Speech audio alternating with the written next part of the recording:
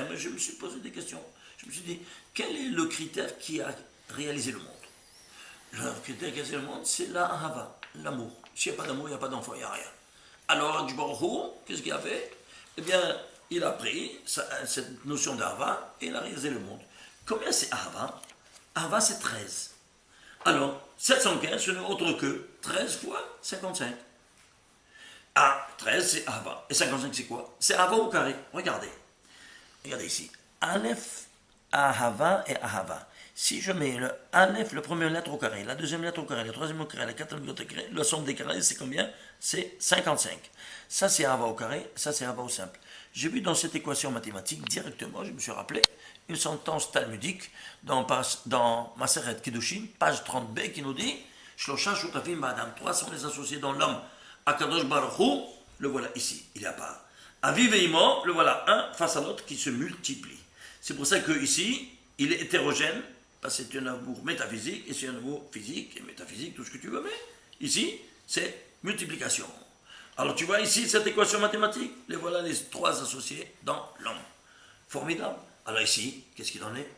Tu dois me trouver aussi 1105. Sinon, c'est le jeu du hasard, on pourra dire. Alors s'il y en a 1105, alors il faut trouver. Alors, suivez-moi. Tu as encore 3 autres questions pour résoudre cette énigme du 1105 du haut. C'est quoi? C'est simple. Ici, tu as un amour métaphysique par un amour physique.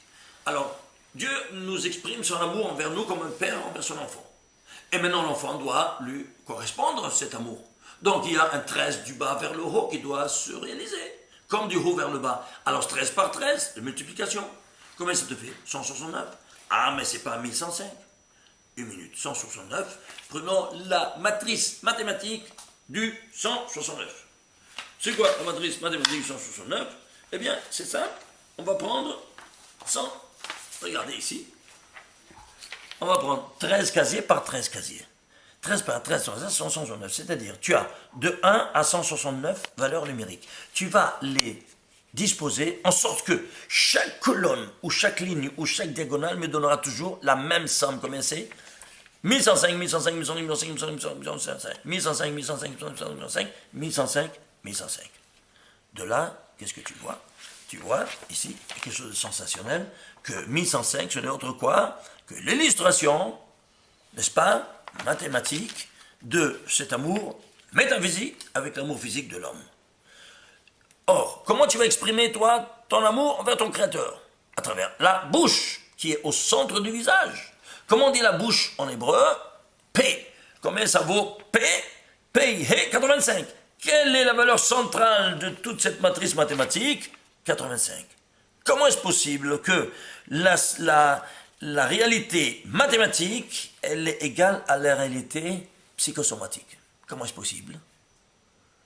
Ça, c'est la question que je vous pose. Et si tout cela ne te suffisait pas, eh bien, tout ça, tu peux dire, voilà, c'est philosophique, ça, c'est quelque chose de... Akadosh Baruch Hu n'a pas donné la philosophie, il a donné de faire la pratique des choses. Na'aseh v'nishma. Donc si toi, tu n'as pas une application pratique de tout ce que je viens de montrer, tout ce que je vous montre à la poubelle. C'est clair? Alors comment on va faire? Bien, c'est simple. Alors, il faut répondre à 3 questions. Moi, quand je prends sur moi, Dieu s'est dévoilé à moi, il m'a donné des commandements. Alors maintenant, je dois le couronner en bas, qui est les rois en bas, comme il est roi en haut. Oui, non. Alors, je vais voir maintenant que je dois le couronner en bas. Mais où se trouve tout ce que je viens de voir ici? Dans quel paracha se trouve ce dévoilement? On dit commandement. Où? Paracha Yitro. Alors, prenons la paracha Yitro. Regardez. Voilà la paracha Yitro. La paracha Yitro, de début à la fin. Et voilà ici, les 10 commandements sont renfermés dans 13 pasukim, 13 versets. 13 c'est Ava? Oui, c'est Ava. Eh bien, ces 13 versets se trouvent dans une paracha, elle est rédigée en 1105 mots. Tu te rends compte?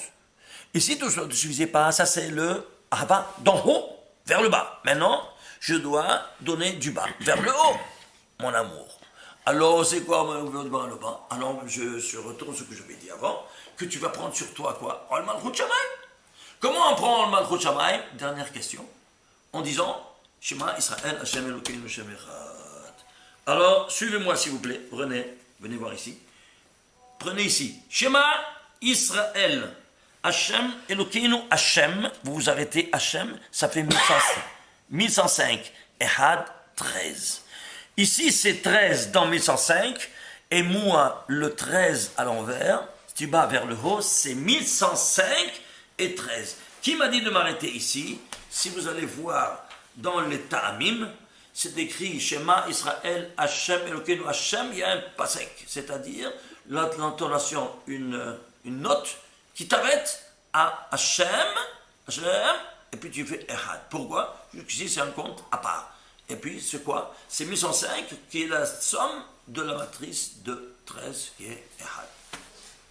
Shalom Aleichem, Shabbat Shalom.